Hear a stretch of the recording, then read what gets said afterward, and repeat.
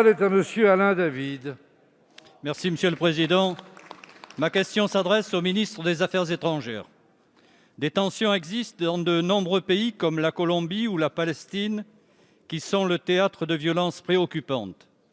Mais je souhaiterais revenir sur la situation en Birmanie.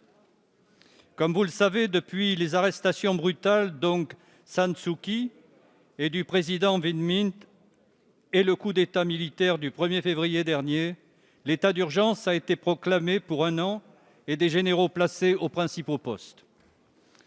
Après mes questions en séance publique le 2 février et en commission le 2 mars, la situation birmane ne s'est pas arrangée.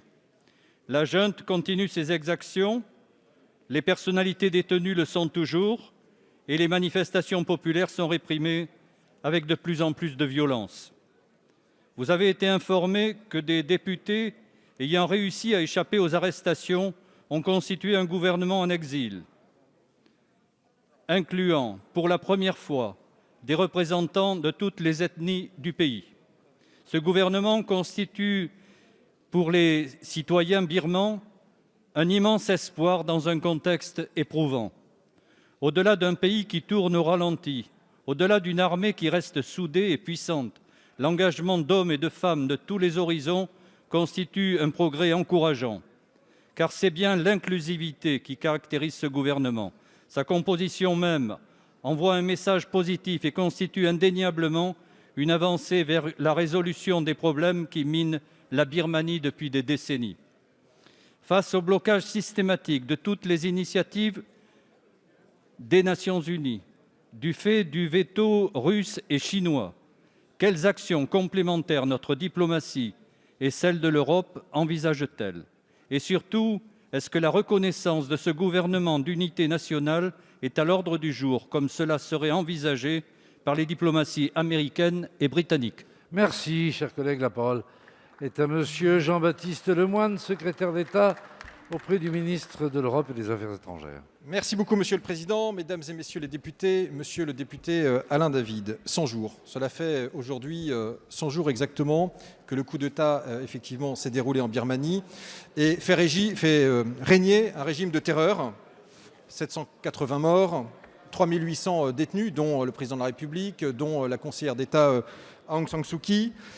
Et je veux dire à ce moment-là également tout le courage que nous inspirent jeunes et moins jeunes qui, dans la rue, en Birmanie, montrent leur attachement au régime démocratique et à ses libertés démocratiques. Et face à cette situation, nous avons pu compter d'ailleurs sur tout l'appui du groupe d'études, du groupe d'amitié que vous présidez ici. Nous avons naturellement impulsé au niveau européen un certain nombre de sanctions. Premier train de sanctions dès le mois de mars, deuxième train de sanctions dès le mois d'avril et qui visait au-delà d'individus impliqués également des conglomérats, c'est important, il faut frapper au portefeuille pour être efficace. Et nous avons suspendu naturellement toute aide budgétaire aux programmes gouvernementaux. Nous ne maintenons que l'action humanitaire pour venir en soutien à cette société civile qui se bat courageusement. Alors, face à cela, il faut également essayer d'avancer sur la voie politique. Au sein de l'ASEAN, un certain nombre de pas ont pu être effectués, un dialogue a pu s'enclencher, mais maintenant il faut une médiation réelle, une médiation aussi qui implique du coup l'Assemblée de l'Union que vous évoquez, qui implique le CPRH. Et si le compte n'y est pas de ce point de vue-là, si les discussions ne progressent pas, eh bien, nous ne resterons pas inertes, nous continuerons. À ce moment-là, nous mettrons à l'étude un troisième train de mesures de sanctions. Et je crois qu'il ne faut pas s'interdire de regarder également les préférences commerciales, parce qu'à un moment, trop c'est trop, et il est besoin de couper effectivement les vivres à ce régime.